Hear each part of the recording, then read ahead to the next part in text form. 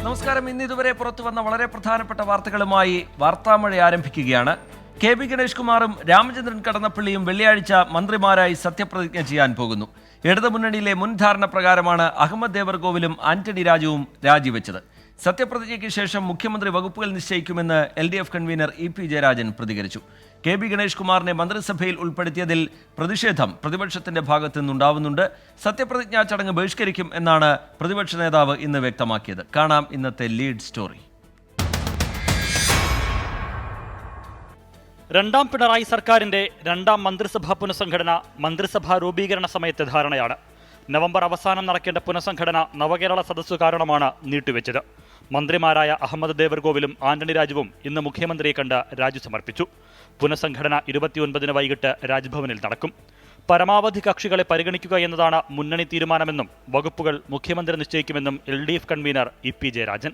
നേരത്തെ നിശ്ചയിച്ചതനുസരിച്ച് ഗണേഷ് കുമാർ, കടന്നപ്പള്ളി രണ്ട് കക്ഷികളുടെ നേതാക്കൾ മന്ത്രിമാരായി സത്യപ്രതിജ്ഞ ചെയ്യുക. അവരുടെ വകുപ്പുകൾ സംബന്ധിച്ച് ഞങ്ങൾ ആലോചിക്കേണ്ടതല്ല, അത് മുഖ്യമന്ത്രി തീരുമാനിക്കേണ്ടതാണ്.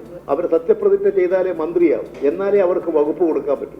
വകുപ്പ് കൊടുത്തിട്ടാണ് സത്യപ്രതിജ്ഞ ചെയ്യിക്കാറില്ല. ആന്റണി രാജു ഒഴിയുന്ന ഗതാഗത വകുപ്പ് ഗണേഷ് കുമാറിനും അഹമ്മദ് ദേവർകോവിൽ ഒഴിയുന്ന തുറമുഖ വകുപ്പ് കടന്നപ്പള്ളി രാമചന്ദ്രനും ലഭിച്ചേക്കും. ഇരുവരും ഇതേ വകുപ്പുകൾ നേരത്തെയും കൈകാര്യം ചെയ്തിട്ടുണ്ട്. മുൻ മുഖ്യമന്ത്രി ഉമ്മൻചാണ്ടിയെ അപമാനിക്കാൻ ശ്രമിച്ച ഗണേഷ് കുമാറിനെ മന്ത്രിസഭയിൽ ഉൾപ്പെടുത്താനുള്ള തീരുമാനം പിൻവലിക്കണമെന്നാണ് പ്രതിപക്ഷത്തിന്റെ ആവശ്യം. ആ വിഷയം അന്വേഷിച്ച CBI റിപ്പോർട്ടിൽ വലിയ ഗൂഢാലോചന ഉമ്മൻചാണ്ടിയെ അപകീർത്തിപ്പെടുത്തുന്നതിന് വേണ്ടി നടന്നു എന്ന് പറഞ്ഞു.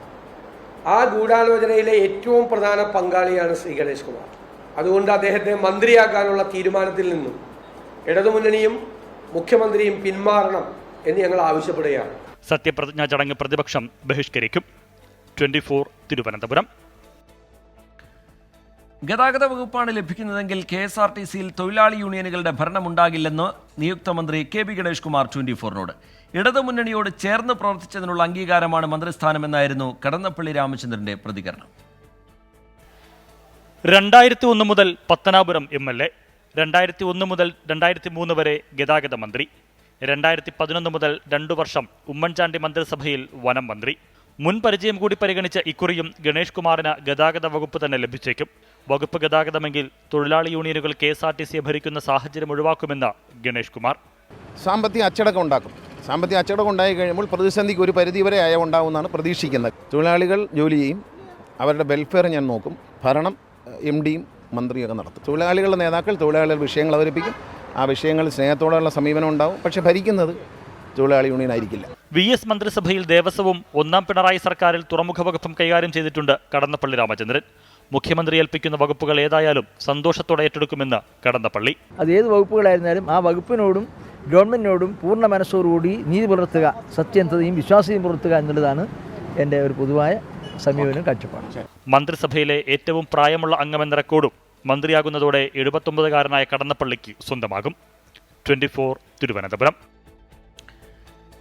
നിയുക്ത മന്ത്രി കെ.ബി. ഗണേഷ് കുമാർ പെരുന്നയിൽ NSS ആസ്ഥാനത്തെത്തി ജനറൽ സെക്രട്ടറി G. സുകുമാരൻ നായരുമായി കൂടിക്കാഴ്ച നടത്തി. ഗണേഷിന് മന്ത്രിസ്ഥാനം ലഭിച്ചതിൽ സന്തോഷം എന്നായിരുന്നു സുകുമാരൻ നായരുടെ പ്രതികരണം. ഗണേഷ് NSSനും സർക്കാരിനും ഒപ്പമുണ്ട്, അതിനെ പാലമായി കാണേണ്ടതില്ല എന്നും സുകുമാരൻ നായർ പറഞ്ഞു. NSSും സർക്കാരും സ്വതന്ത്രമായി പ്രവർത്തിക്കുന്ന രണ്ട് സംവിധാനങ്ങളാണെന്ന് കെ.ബി. ഗണേഷ് കുമാറും പ്രതികരിച്ചു. ഒരു അനാവശ്യമായ പ്രശ്നങ്ങളൊന്നും NSS ഇടപെടാറില്ല. സർക്കാരിൻ്റെ ആവശ്യമില്ലാത്ത കാര്യങ്ങളിൽ ഇന്റർഫിയർ ചെയ്യുന്ന ഒരു പ്രസ്ഥാനമല്ല നായർ സർവീസ് സൊസൈറ്റി. ജനറൽ സെക്രട്ടറിയും അങ്ങനെയാണ് ചെയ്യുന്നത്. ശരി, NSSനും ചില നിലപാടുകളുണ്ട്. ആ നിലപാടിൽ യൂണിയൻ പ്രസിഡന്റ് എന്നുള്ള നിലയിലും ഡയറക്ടർ ബോർഡ് മെമ്പർ എന്ന നിലയിലും ഞാൻ NSSനോടൊപ്പം നിൽക്കും. സർക്കാരിന്റെ കാര്യങ്ങൾ വേറെ, അത് രണ്ടും രണ്ടാണ്. സർക്കാർ NSSനെ ആശ്രയിച്ചോ NSS സർക്കാരിനെ ആശ്രയിച്ചോ നിൽക്കുന്ന ഒരു സംവിധാനമല്ല. രണ്ടു കൂട്ടരും സ്വതന്ത്രരാണ്, അത് രണ്ടും വ്യത്യസ്തമാണ്.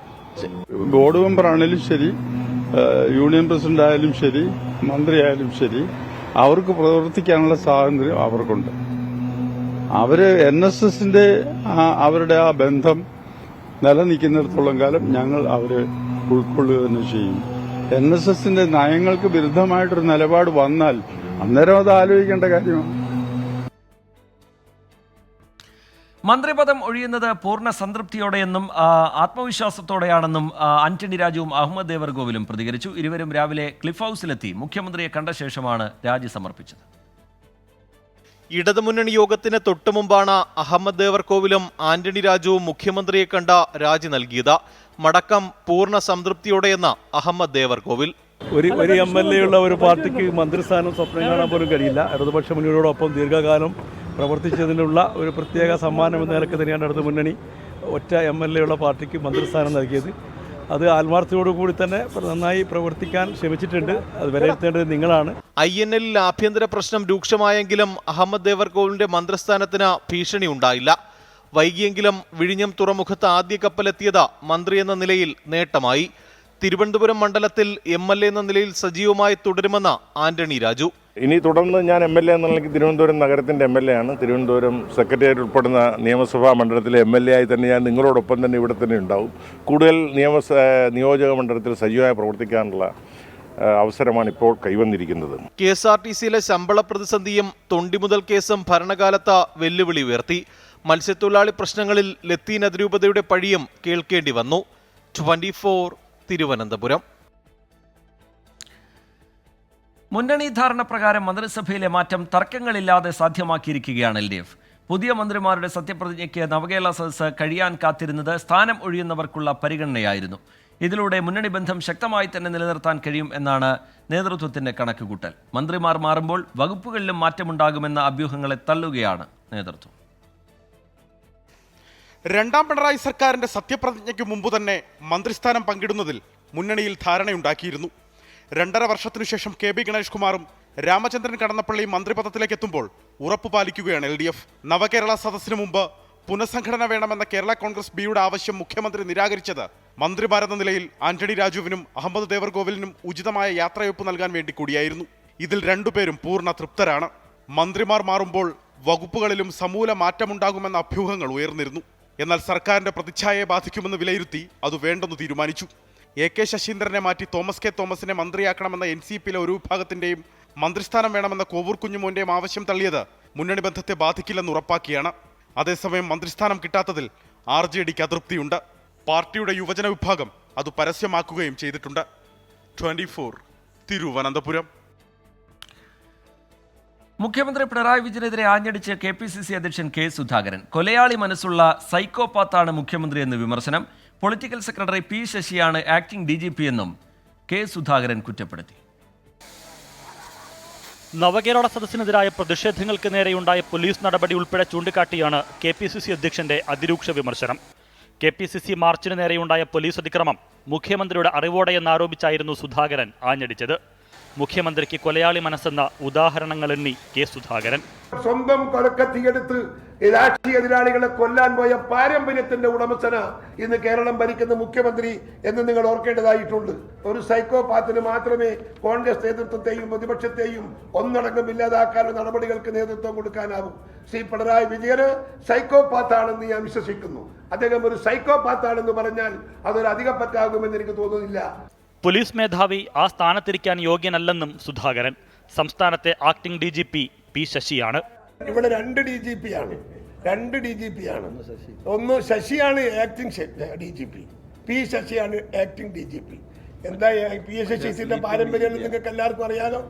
പ്രതിപക്ഷ നേതാവും KPCC അധ്യക്ഷനും MPമാരും MLAമാരും വേദിയിലിരിക്കെ മുന്നറിയിപ്പില്ലാതെ പോലീസ് ഗ്രനേഡും ടീർ ഗ്യാസും പ്രയോഗിച്ചത് കോൺഗ്രസിന്റെ മുൻനിര നേതാക്കളെ ലക്ഷ്യമിട്ടാണെന്നും കോൺഗ്രസ് നേതൃത്വം ആരോപിക്കുന്നു.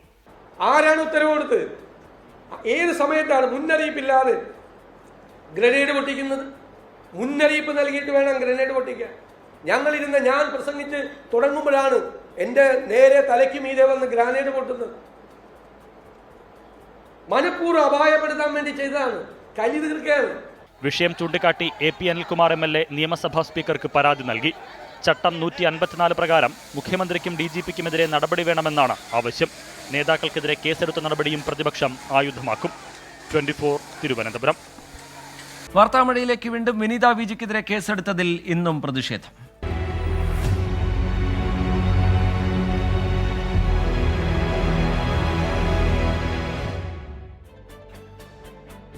ഷുവേറെ പ്രതിഷേധം റിപ്പോർട്ട് ചെയ്ത 24 പ്രതിനിധി വിനീത വിജിക്കെതിരെ കേസെടുത്തതിനെ വിമർശിച്ച് മുസ്ലിം ലീഗ്. നടപടി അഭിപ്രായ സ്വാതന്ത്ര്യത്തിലേക്കുള്ള കടന്നുകയറ്റമാണെന്ന് മുസ്ലിം ലീഗ് സംസ്ഥാന അധ്യക്ഷൻ പാണക്കാട് സാദിഖ് അലി ശിഹാബ് തങ്ങൾ പറഞ്ഞു.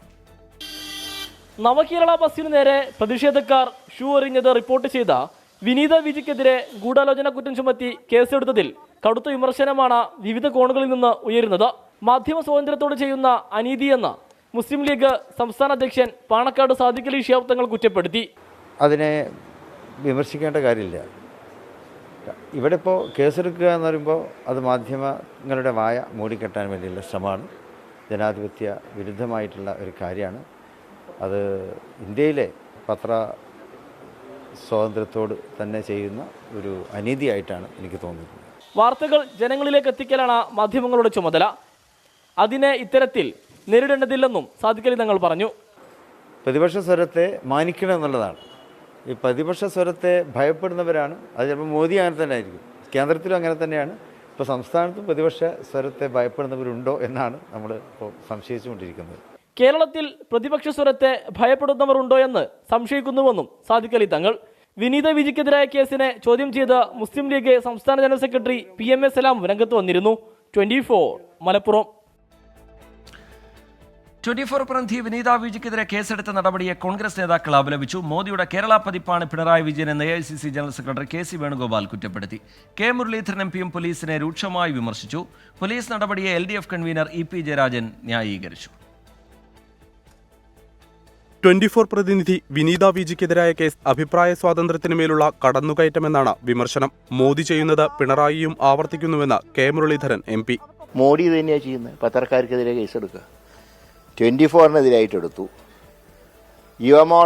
മറ്റേ മഹിളാ മോർച്ചയുടെ പ്രവർത്തകർ DGPയുടെ വീടിൻ്റെ അകത്ത് കയറിയിരിക്കുന്നതിൻ്റെ എടുത്തു. ഇതൊന്നും എടുക്കാൻ പാടില്ല എന്നാണ് പിണറായി തമ്പുരാന്റെ കൽപ്പന. മോദിയുടെ കേരള പതിപ്പാണ് പിണറായി വിജയനെന്ന് AICC general secretary KC Venugopal. മിക്കവാറും എല്ലാ മാധ്യമ പ്രവർത്തകരെയും കേസെടുത്ത് എന്താണ് അവർ ചെയ്ത കുറ്റം? അവരാകെ റിപ്പോർട്ട് ചെയ്യുന്നു അല്ലേ പറഞ്ഞിട്ടുള്ളൂ, അല്ലാണ്ട് അവരാരെങ്കിലും തല്ലാൻ പോയിട്ടുണ്ടോ? അവിടെ റിപ്പോർട്ട് ചെയ്താൽ മോഡി അപ്പോൾ കേസെടുക്കും, ബ്ലാക്ക് ലിസ്റ്റിൽ പെടുത്തും, ജയിലിലാക്കും. അതേ ശൈലിയാണ് ഇവിടെയും. പോലീസ് നടപടിയെ മുഖ്യമന്ത്രി ന്യായീകരിച്ചതിനു പിന്നാലെ സമാന നിലപാട് LDF കൺവീനർ EP ജയരാജനും ആവർത്തിച്ചു. പോലീസിന്റെ കൈവശം എല്ലാ വ്യക്തമായ തെളിവുകൾ ഉണ്ടാവും. അത്ര എനിക്ക് പറയാൻ പറ്റും. വ്യക്തമായ തെളിവുകൾ ഉണ്ടാവും. ഇല്ലെങ്കിൽ തെറ്റായ വാർത്തകൾ തെറ്റായ നിലയിൽ ആരെങ്കിലും പേര് നടപടി സ്വീകരിച്ചാൽ ശക്തമായ നടപടി സ്വീകരിക്കും. ഷൂ എറിഞ്ഞ KSU പ്രവർത്തകർക്കെതിരായ കേസിലെ വകുപ്പുകളെ കോടതി വിമർശിച്ചത് ചൂണ്ടിക്കാണിച്ചപ്പോൾ ശ്രദ്ധയിൽപ്പെട്ടില്ല എന്നായിരുന്നു EP ജയരാജന്റെ മറുപടി. ഏഷ്യാനെറ്റ് റിപ്പോർട്ടർക്കെതിരായ കേസ് കോടതി തള്ളിയതിലും പ്രതികരണമില്ല. കോടതി തള്ളിക്കളഞ്ഞു എന്നുള്ളത് ഏതാ കേസ് എന്ന് എനിക്ക് അറിഞ്ഞുകൂടാ. ഏതാണ്ട് എനിക്ക് ആ കേസ് ഞാൻ പഠിച്ചിട്ട് എനിക്ക് പറയാം. ഞാൻ പറഞ്ഞു ഞാൻ നോക്കി അന്വേഷിച്ചിട്ട് എന്താ കാര്യം എന്നുള്ളത് നിങ്ങളോട് പറഞ്ഞു. അതെന്താണ് ഞാൻ നോക്കിയിട്ട് പറയാം. പോലീസ് നടപടിയിൽ KUWJ സർക്കാരിനെ പ്രതിഷേധമറിയിച്ചു. 24 തിരുവനന്തപുരം. ക്രിസ്മസ് ആഘോഷ രാവിലേക്ക് നാട്.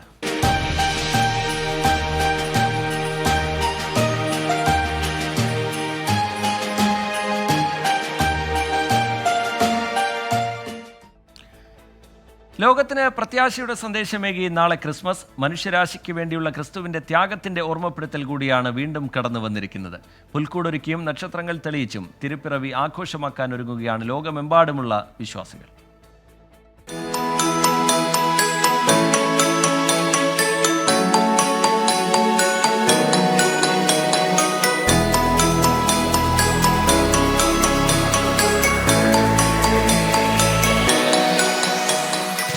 ശാന്തിയുടെയും സമാധാനത്തിന്റെയും സന്ദേശം പങ്കുവയ്ക്കുന്നതാണ് ഓരോ ക്രിസ്മസ് ദിനവും. പുൽക്കൂടുകൾ ഒരുക്കിയും നക്ഷത്രങ്ങൾ തെളിച്ചും വിശ്വാസികൾ കാത്തിരിക്കുകയാണ്. പാതിരാ കുർബാനയ്ക്കായി ദേവാലയങ്ങളും ഒരുങ്ങി. തിന്മയിലേക്ക് ചായ്ച്ചിലുള്ള മനുഷ്യന് ദൈവത്തോട് ചേർന്ന് ജീവിക്കുവാനുള്ള വഴിയാണ് മനുഷ്യാവതാരം ചെയ്ത ദൈവപുത്രൻ. ഈ ഒരു മഹാരഹസ്യമാണ് ക്രിസ്മസ് ദിനത്തിൽ ക്രൈസ്തവരെല്ലാവരും ധ്യാനിക്കുന്നത്, പ്രാർത്ഥനാ വിഷയമാക്കുന്നത്, ആഘോഷത്തിന് അടിസ്ഥാനമാക്കുന്നത്. ലോകമെമ്പാടുമുള്ള കേരളീയർക്ക് മുഖ്യമന്ത്രി പിണറായി വിജയനും ഗവർണർ ആരിഫ് മുഹമ്മദ് ഖാനും ക്രിസ്മസ് ആശംസകൾ നേർന്നു. ഏത് വിഷമകാലത്തിനുമപ്പുറം നന്മയുടെ ഒരു നല്ല കാലമുണ്ടാകുമെന്ന സങ്കല്പത്തിന്റെ സാക്ഷാത്കാരമാണ് ക്രിസ്മസ് എന്ന് മുഖ്യമന്ത്രി ആശംസിച്ചു. പരസ്പര സ്നേഹത്തിന്റെയും സമഭാവനയുടെയും സൗന്ദര്യമാണ് ക്രിസ്മസ് ആഘോഷങ്ങളെ ഹൃദ്യമായ അനുഭവമാക്കുന്നതെന്ന് ഗവർണറും പറഞ്ഞു. News desk 24. തൃശൂർ പൂരം പ്രതിസന്ധിയുമായി ബന്ധപ്പെട്ട് സർക്കാർ വിളിച്ചു ചേർത്ത യോഗത്തിന് ശേഷം മന്ത്രിമാരായ K രാധാകൃഷ്ണനും K രാജനും സംസാരിക്കുന്നു. തത്സമയം 4-ാം തീയതിക്ക് മാറ്റിവെച്ചിരിക്കുകയാണ്. എന്തായാലും ഗവൺമെൻറ്റിനെ സംബന്ധിച്ചിടത്തോളം, ബോർഡിനെ സംബന്ധിച്ചിടത്തോളം, അല്ലെങ്കിൽ നമ്മുടെ നാടിനെ സംബന്ധിച്ചിടത്തോളം തൃശ്ശൂർ പൂരം എന്നുള്ളതൊരു വലിയ വികാരമാണ്. അപ്പോൾ അതിന് തടസ്സപ്പെടുത്തുന്ന യാതൊരു രീതിയിലുള്ള ഇടപെടലും ഗവൺമെൻറ് ഭാഗത്തുണ്ടാകില്ല. എന്തായാലും ഗവൺമെൻറ്റിന് സാധ്യമായിട്ടുള്ള എല്ലാ കാര്യങ്ങളും ഇക്കാര്യത്തിൽ ചെയ്യും. കോടതിയുടെ വിധി അന്തിമമാണ്. അപ്പോൾ ആ വിധി വരും എന്നുള്ളത് കണ്ടുകൊണ്ട് തന്നെ എന്തെല്ലാം കാര്യങ്ങൾ ഗവൺമെൻറ്റിന് വേണ്ടി ചെയ്യാൻ കഴിയുമെന്നുള്ള കാര്യവും കോടതിയുടെ ശ്രദ്ധയിൽ കൊണ്ടുവരാൻ വേണ്ടിയുള്ള ശ്രമം ഉണ്ടാകും. അപ്പോൾ തൃശ്ശൂർ പൂരം എല്ലാ അർത്ഥത്തിലും വിജയിപ്പിക്കും, ഒരു സംശയമില്ല. ആരൊക്കെ ആശങ്ക പ്രകടിപ്പിച്ചാലും ആശങ്കയെല്ലാം അസ്ഥാനത്താക്കിക്കൊണ്ട് ഗവൺമെൻറ്റിന് സാധ്യമായിട്ടുള്ള എല്ലാ കാര്യങ്ങളും ചെയ്തുകൊണ്ട് നമ്മുടെ തൃശ്ശൂർ പൂരം ഗംഭീര വിജയത്തിലെത്തി. ഗവൺമെന്റിന്റെ ഒരു അഭിപ്രായം എന്താണ്? വാടക അതിപ്പോൾ പറയുന്നില്ല, അത് കോടതിയുടെ പരിധികളിൽ നിൽക്കുന്ന കാര്യമാണ്. അത് ആലോചിച്ചിട്ട് പറയേണ്ട കാര്യമാണ്. 2 ദിവസങ്ങൾ അടയ്ക്കേണ്ടി വരും എന്ന് പറഞ്ഞിട്ടില്ലല്ലോ കേട്ടോ. കൊച്ചിൻ ദേവസ്വം ബോർഡ് ആവശ്യപ്പെട്ട കാര്യം ദേവസ്വം ബോർഡിനോട് ചോദിക്കുക. ഗവൺമെന്റിനെ സംബന്ധിച്ചിടത്തോളം നമ്മൾ പൂരം നടത്താനുള്ള തടസ്സങ്ങളെല്ലാം നീക്കുക എന്നുള്ളത്. അതൊക്കെ അവരുമായിട്ടും ചർച്ച ചെയ്തിട്ടുണ്ട്. ആ 2 കോടി 20 ലക്ഷം ചോദിച്ചു, അത് അത്രയും കൊടുക്കാൻ പറ്റില്ല, പൂരം അവതാളത്തിലാകുമെന്ന് വ്യവസ്ഥകൾ ആവർത്തിച്ചു വന്ന പശ്ചാത്തലത്തിലാണുള്ളത്. ഇന്നത്തെ മീറ്റിംഗിൽ ഒരു കോൺക്രീറ്റ് ആയിട്ടുള്ള തീരുമാനമായിട്ടില്ല. ദേവസ്വം ബോർഡുകൾ 2 ബോർഡുകളെയും ബോധ്യപ്പെടുത്തിയിട്ടുണ്ട്. ഞാൻ പറഞ്ഞല്ലോ, ഗവൺമെന്റിനെ കൊണ്ട് കഴിയാവുന്ന എന്തെല്ലാം ചെയ്യാൻ കഴിയും അതിന് പിന്നെ മാക്സിമം കാര്യങ്ങൾ ചെയ്യാമെന്നുള്ള ഒരു ഉറപ്പിൻ്റെ അടിസ്ഥാനത്തിൽ തന്നെയാണ്. അപ്പം അത് മുന്നോട്ട് കൊണ്ടുപോകുക എന്നുള്ളതാണ് ഗവൺമെന്റ് ഉദ്ദേശം. ക്ലാരിറ്റിക്ക് വേണ്ടി ചോദിക്കുന്നത്, ഈ ഒരു വാടക വിഷയത്തിൽ സർക്കാർ എന്തായിരിക്കും ഹൈക്കോടതിയിൽ പറയാം? അതിപ്പോൾ കോടതിയാണല്ലോ ഇങ്ങോട്ട് പറഞ്ഞിരിക്കുന്നത്. കോടതി പറഞ്ഞതിൻ്റെ അടിസ്ഥാനത്തിലാണ്, സൊമോട്ടോ കേസെടുത്താണ് കോടതിയാണ് പറഞ്ഞിരിക്കുന്നത്. അതിൻ്റെ അടിസ്ഥാനത്തിലാണ് ഇവർ പ്രപ്പോസൽ കൊടുത്തിരിക്കുന്നത്. ആ പ്രപ്പോസലുമായി ബന്ധപ്പെട്ടുകൊണ്ടുള്ള തർക്കമാണ് ദേവസ്വം ബോർഡും അതുപോലെ തന്നെ നമ്മുടെ പാറമേക്കാവ്, തിരുവമ്പാടി, അതുപോലെ തന്നെ എക്സിബിഷൻ കമ്മിറ്റിയും തമ്മിലുള്ളത്. ആ തർക്കം പരിഹരിക്കാൻ വേണ്ടിയുള്ള ഇടപെടലാണ് ഗവൺമെൻറ് ഭാഗത്തുണ്ടാകുക. ബഹുമാനപ്പെട്ട മന്ത്രി പറഞ്ഞല്ലോ, ഇതിൽ ഞാൻ ഇടയങ്ങേറി ഇടപെടുകയല്ല, വളരെ ക്ലിയറാണ്. ഇതിൽ ധാരണക്കുറവിൻ്റെ ഒരു പ്രശ്നം ഉണ്ടാകേണ്ട കാര്യമില്ല. കൊച്ചിൻ ദേവസ്വം ബോർഡ് പറഞ്ഞതും പാറമേക്കാവ്, തിരുവമ്പാടി ദേവസ്വം ബോർഡുകൾക്ക് പറയാനുള്ളതും വളരെ ഡീറ്റെയിൽ ആയി തന്നെ ചർച്ച ചെയ്തു. ചർച്ചയുടെ ഒരു ആകത്തുക തൃശ്ശൂർ പൂരം അതിഗംഭീരമായി നടക്കും, അതിലൊരു തടസ്സവും ഉണ്ടാകില്ല. ആ പൂരം നടത്താൻ തടസ്സമില്ലാത്ത വിധത്തിലുള്ള ഒരു സമീപനം കേരളത്തിലെ ഗവൺമെന്റ് എടുക്കും. അത്രേ ആ കാര്യത്തിൽ പറയാൻ പറ്റുള്ളൂ. രൂപ എത്ര, പൈസ എത്ര എന്നൊന്നും ഇപ്പം നമുക്ക് നിശ്ചയിക്കാവുന്നതല്ല, കോടതിയുടെ മുമ്പിലിരിക്കുന്ന ഒരു പ്രശ്നമാണ്. പിന്നെ നമ്മുടെ തിരുവമ്പാടി, പാറമേക്കാവ് ദേവസ്വം ബോർഡുകളുടെ പൂർണ്ണമായ അഭിപ്രായം ഞങ്ങൾ കേട്ടു. കൊച്ചിൻ ദേവസ്വം ബോർഡിൻ്റെ അഭിപ്രായം കേട്ടു. സർക്കാർ ഇക്കാര്യത്തിൽ ബഹുമാനപ്പെട്ട ദേവസ്വം വകുപ്പ് മന്ത്രിയുടെ നേതൃത്വത്തിൽ കൃത്യതയോടുകൂടിയുള്ള കാര്യങ്ങളെ കണ്ട് പൂരം നടത്താൻ എല്ലാവർക്കും കഴിയും വിധം ഒരു നിലപാടെടുക്കും. അതിന് വേണ്ടിയിട്ടുള്ള ഒരു അമിക്കബിൾ ആയിട്ടുള്ള സൊല്യൂഷൻ ഉണ്ടാക്കും. അതനുസരിച്ച് പൂരം ഗംഭീരമായി നടത്തും. അതിലൊരു പ്രയാസവും ഉണ്ടാകില്ല. അതിന് ഇത്ര പൈസ, ഇത്ര രൂപ എന്ന കാര്യത്തിലൊന്നും ഇപ്പം തീരുമാനം പറയാൻ പറ്റില്ല. അതെ, അതും ഒരു പ്രധാനപ്പെട്ട വിഷയമാണ്. 4-നാണ് ഇപ്പോൾ വെച്ചിട്ടുള്ളത്. സാധാരണ നിലയ്ക്ക് 29-ാം തീയതി മുതൽ അനൗൺസ് ചെയ്യേണ്ടതാണ്. ഒരു 4 ദിവസം കൂടി വൈകും. കോടതിയുടെ മുമ്പിലിരിക്കുന്ന ഒരു കാര്യത്തിൽ കോടതിയോട് സമ്മതം ചോദിക്കാതെയും കോടതിയുടെ നിരീക്ഷണം കാണാതെയും ഒരു തീരുമാനത്തിലേക്ക് പോകുന്നത് ഗുണകരമായിരിക്കില്ല, പ്രത്യേകിച്ച് സർക്കാർ ഇടപെടുന്ന സാഹചര്യത്തിൽ. സർക്കാർ ഇടപെട്ടിട്ടുണ്ട്. പൂരം ഉണ്ടാകില്ല എന്ന് പേടിക്കുന്ന അല്ലെങ്കിൽ അത്തരം ആശങ്കയുണ്ടായിരുന്ന ജനങ്ങളോട് എല്ലാവരും കൂടി, ഞങ്ങളെല്ലാവരും നിൽക്കുന്നുണ്ടല്ലോ, മന്ത്രിമാരുണ്ട്, MP ഉണ്ട്, MLA ഉണ്ട്, പിന്നെ കൊച്ചിൻ ദേവസ്വം ബോർഡിൻ്റെ അംഗങ്ങളുണ്ട്, 2 ദേവസ്വത്തിൻ്റെയും ഭാരവാഹികളുണ്ട്. ഞങ്ങളെല്ലാം ഒരുമിച്ച് പറയുന്നു, ഏത് സാഹചര്യത്തിലും അതിഗംഭീരമായി പൂരം നടത്തും. അതിന് ബന്ധപ്പെട്ടവർക്ക് കഴിയാവുന്ന വിധത്തിലുള്ള ഒരു സമീപനമായിരിക്കും ഗവൺമെന്റ് സ്വീകരിക്കുക. വാടക തർക്കവുമായി ബന്ധപ്പെട്ട വിഷയത്തിൽ പൂരം പ്രതിസന്ധിയിലാകുമോ എന്നുള്ള ആശങ്കയ്ക്കിടെ സർക്കാർ വിളിച്ചു ചേർത്ത യോഗം അതിലിപ്പോൾ അന്തിമ തീരുമാനം എന്തായാലും ആയിട്ടില്ല. തിരുവമ്പാടി, പാറമേക്കാവ് ദേവസ്വങ്ങളുടെ ആവശ്യം യോഗത്തിൽ മന്ത്രിമാർ കേട്ടിട്ടുണ്ട്. സർക്കാർ തലത്തിൽ കൂടിയാലോചിച്ച് തീരുമാനം ഉടൻ എടുക്കും എന്നാണ് മന്ത്രിമാർ അറിയിച്ചിരിക്കുന്നത്. സുഗമമായി തന്നെ പൂരം നടത്തും, പൂരം വലിയ രീതിയിൽ വിജയിപ്പിക്കുകയും ചെയ്യും. അതിനെ തടസ്സപ്പെടുന്ന തരത്തിലുള്ള യാതൊരു ഇടപെടലും സർക്കാരിൻ്റെ ഭാഗത്തുനിന്ന് ഉണ്ടാവില്ല. കോടതിയുടെ പരിഗണനയിലുള്ള വിഷയമാണ്. അതുകൊണ്ട് തന്നെ കൂടിയാലോചനകൾക്ക് ശേഷമേ അക്കാര്യത്തിലൊരു അന്തിമ തീരുമാനം എടുക്കാൻ കഴിയൂ എന്ന നിലപാടാണ് മന്ത്രിമാർ വ്യക്തമാക്കിയത്. വാർത്തകളിലേക്ക് വീണ്ടും. ക്രിസ്മസിനെ വരവേൽക്കാനുള്ള അവസാനവട്ട ഓട്ടത്തിലായിരുന്നു ഇന്നെല്ലാവരും. വലിയ ഓഫറുകളുമായി വ്യാപാരികളും കളം നിറഞ്ഞതോടെ നഗരത്തിലെ പ്രധാന വിപണികളിലെല്ലാം വലിയ തിരക്കാണ് ഇന്ന് അനുഭവപ്പെട്ടത്.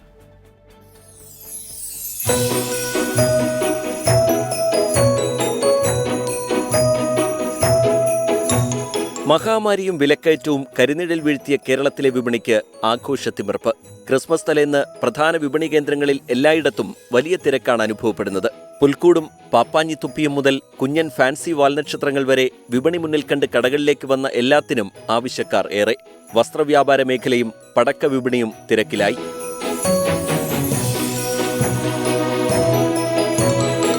വാങ്ങിച്ചോ? പിന്നെ അതേ സഞ്ചി ഇറച്ചി വാങ്ങിച്ചു. എന്താ ഉള്ളത് നോക്കട്ടെ, കാണിച്ചോ.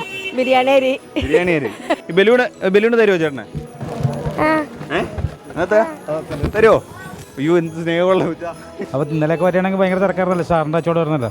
അത് കാരണം തിരക്കൊന്നുമില്ലാത്ത പറഞ്ഞിട്ട് ഇപ്പോൾ വരാമെന്ന് വെച്ചിട്ട് വൈകിട്ട് ഇറങ്ങിയതാണ്.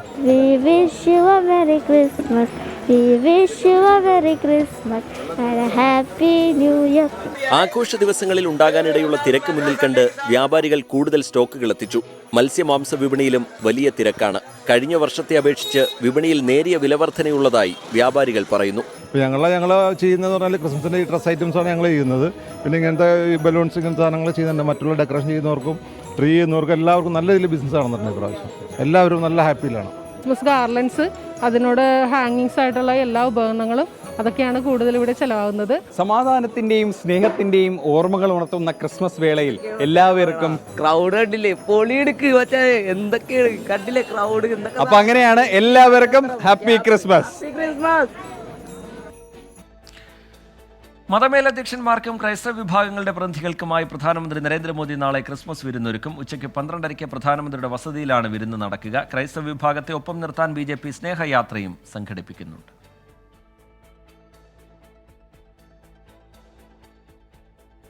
കുർബാന തർക്കത്തെ തുടർന്നടച്ച Ernakulam saint Mary's basilica Christmas ദിനത്തിലും തുറക്കില്ല. സമാധാന അന്തരീക്ഷമുണ്ടാകും വരെ പള്ളി അടച്ചിടുമെന്ന് അഡ്മിനിസ്ട്രേറ്റർ ഫാദർ ആന്റണി പൂതവേലിൽ വ്യക്തമാക്കി.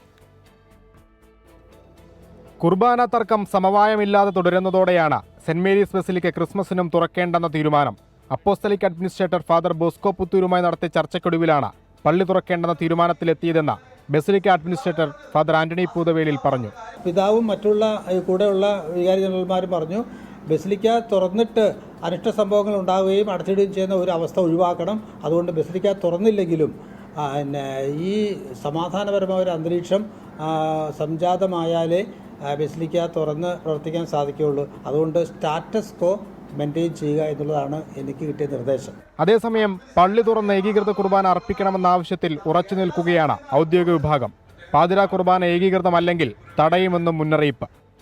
അപ്പോൾ ഇറക്കുന്ന സർക്കുലറിന് പോലും ഈ ടോയ്ലറ്റ് പേപ്പറിൻ്റെ വില പോലും കൽപ്പിക്കാത്ത അപ്പോസ്തലിക് അഡ്മിനിസ്ട്രേറ്റർ ബോസ്കോ പുത്തൂർ പിതാവ് ആദ്യമായിട്ട് രാജിവെക്കുക. രണ്ടാമത്തെ കാര്യം, ഞങ്ങളുടെ കുറേ അച്ഛന്മാർ ഈ പറഞ്ഞ പോലെ മാർപ്പാപ്പയെ വരെ അനുസരിക്കാൻ തയ്യാറല്ല എന്നാണ് ഇപ്പോൾ പറയുന്നത്. വിമത വിഭാഗവും വിട്ടുവീഴ്ചയ്ക്ക് തയ്യാറല്ല. പാതിരാ കുർബാന ഏകീകൃതമെങ്കിൽ പ്രതിഷേധിക്കാനാണ് തീരുമാനം. ക്രിസ്മസ് ദിനത്തിൽ ഒരു കുർബാന ഏകീകൃത രീതിയിൽ നടത്തുമെന്നാണ് വൈദിക സമിതി അറിയിച്ചിരിക്കുന്നത്. 24 കൊച്ചി. വാർത്താമഴയിലേക്ക് വീണ്ടും ഇനി നോക്കാം ശബരിമല വിശേഷങ്ങൾ.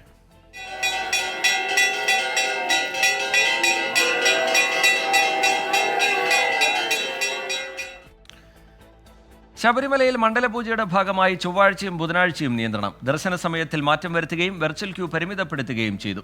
ക്രമാതീതമായ തിരക്ക് നിയന്ത്രിക്കാൻ തീർത്ഥാടകർ സഹകരിക്കണമെന്ന് മന്ത്രി കെ രാധാകൃഷ്ണൻ ആവശ്യപ്പെട്ടു. മണ്ഡലപൂജ അടുത്തിരിക്കെ സന്നിധാനത്തേക്കുള്ള ഭക്തജന പ്രവാഹം തുടരുകയാണ്. നിലയ്ക്കലിലും എരിമേലിയിലും പമ്പയിലും നിയന്ത്രണങ്ങൾക്ക് ശേഷം ഘട്ടം ഘട്ടമായാണ് ആളുകളെ മല കയറാൻ അനുവദിക്കുന്നത്.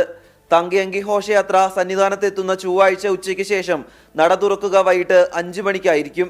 മണ്ഡലപൂജ നടക്കുന്ന ബുധനാഴ്ച രാവിലെ 9:45 നെയ്യഭിഷേകം അവസാനിക്കുമെന്നും Travancore Devaswom board president PS Prashanth വ്യക്തമാക്കി. 10:30 കഴിഞ്ഞ് 11:30 മണ്ഡലപൂജ മുഹൂർത്ത സമയം. അന്നേ ദിവസം 9:45 വരെ മാത്രമേ നെയ്യഭിഷേകം ഉണ്ടായിരിക്കുകയുള്ളൂ. സാധാരണഗതിയിൽ 11:30 മണി വരെ ഉണ്ടല്ലോ. വെർച്വൽ ക്യൂവും പരിമിതപ്പെടുത്തി. ഞങ്ങൾ 64,000 വെർച്വൽ ക്യൂ ക്രമപ്പെടുത്തിയിട്ടുണ്ട്. കാരണം ഈ ഘോഷയാത്രയുമായി ബന്ധപ്പെട്ട് ഒന്നുകൂടാൻ പറ്റുന്ന ഒരു തിരക്കൊക്കെ കരുതിയാണ് 64,000 ആക്കി ക്രമപ്പെടുത്തി. 26-ന് 27-ന് 70,000 ജനുവരി മുതൽ 80,000 തന്നെയാണ്. അങ്ങോട്ടുള്ള ദിവസങ്ങളിലെല്ലാം 80,000 തന്നെയാണ്. നിയന്ത്രണങ്ങളോട് തീർത്ഥാടകർ സഹകരിക്കണമെന്ന് ദേവസ്വം മന്ത്രി കെ രാധാകൃഷ്ണൻ. മാക്സിമം ഭക്തരെ കയറ്റുക. പിന്നെ മറ്റൊരു കാര്യം എന്ന് വെച്ചാൽ കയറിയ ഭക്തരെ അവിടെ നിന്ന് മാറിക്കൊടുക്കുന്നില്ല, വീണ്ടും വരുന്നുണ്ട്. അപ്പോൾ തിരക്ക് വീണ്ടും കൂടും. ഈ 18-ാം പടി കയറി കഴിഞ്ഞ ആളുകൾ മാറിയില്ലെങ്കിൽ താഴെയുള്ള ആളുകൾക്ക് കയറാൻ പറ്റില്ലല്ലോ. അത് ആര് വിചാരിക്കണം? കയറിയ ആളുകൾ വിചാരിക്കണം പ്രധാനമായിട്ടും. ഇവിടെ ഞാൻ കാരണം കൂടുതൽ തിരക്ക് വർദ്ധിപ്പിക്കാൻ പാടില്ല എന്ന് ഓരോ ഭക്തരും തിരിച്ചറിഞ്ഞു കഴിഞ്ഞാൽ നമുക്ക് കുറേ കൂടി തിരക്ക് കുറയ്ക്കാൻ വേണ്ടി കഴിയും. തിരക്ക് വർദ്ധിക്കുമ്പോഴും നിയന്ത്രണ വിധേയമാണ് സാഹചര്യം. ശർക്കര എത്തിയതോടെ അരവണ പ്രതിസന്ധിയും പരിഹരിച്ചു. മനു ദാമോദറിനൊപ്പം രാഹുൽ സുരേഷ്, 24 സന്നിധാനം. ഈ റിപ്പോർട്ടോടുകൂടി വാർത്താമഴ പൂർത്തിയാവുകയാണ്. നമസ്കാരം.